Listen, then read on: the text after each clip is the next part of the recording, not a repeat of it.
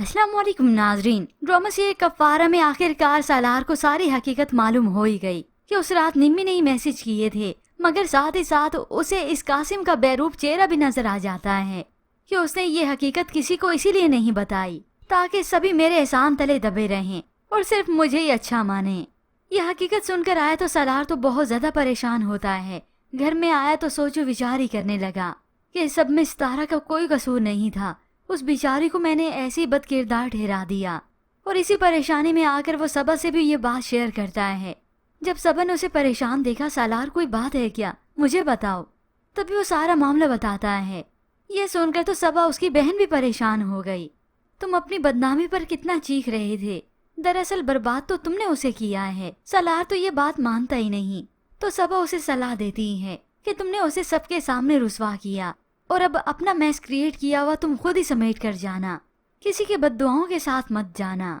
ये सुनकर तो सालार और भी परेशान हो गया कि सब में क्या मेरा कसूर है।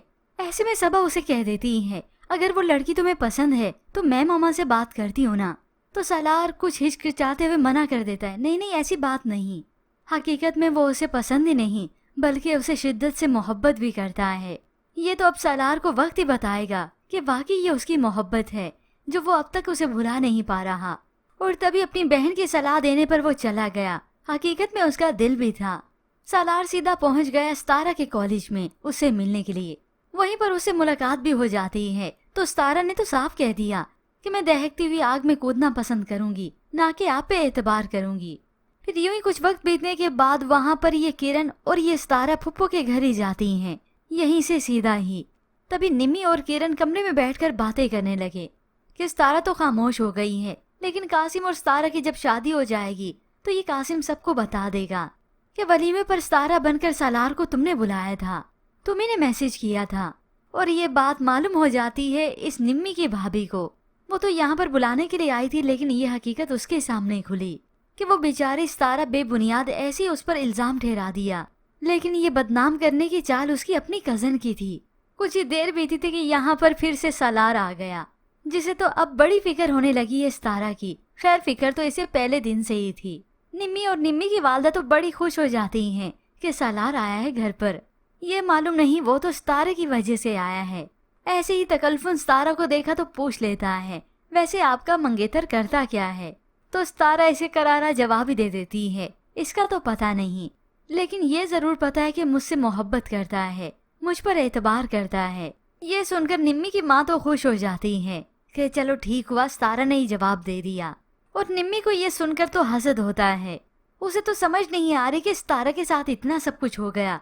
आखिर क्या है उस सितारा में कि हर कोई उसके पीछे चला जाता है। यहाँ से सालार घर गया तो फौरन से जुनैद को सब कुछ शेयर करता है कि देखो मैंने पता लगवा लिया है, अब जो करना है ना वो तुम ही करोगे। वो एक फर्म प्रोडक्शन में काम करता है और उस कंपनी की प्रोडक्शन पाकिस्तान में बंद भी तो हो सकती है।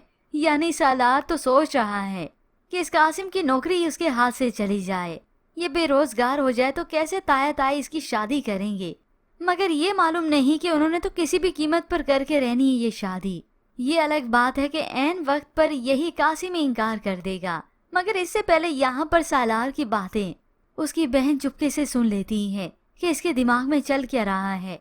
और अब तो उसे कंफर्म हो ही जाता है कि ये वाकई सितारा से मोहब्बत करता है, बताता नहीं। और फिर यूं ही व्यूअर्स इस ड्रामे की स्टोरी तो और भी इंटरेस्टिंग होने वाली है। सालार जो कि चाह कर भी सितारा का पीछा नहीं छोड़ रहा और अब सितारा को बहुत सी मुश्किलात का फिर से सामना करना पड़ेगा।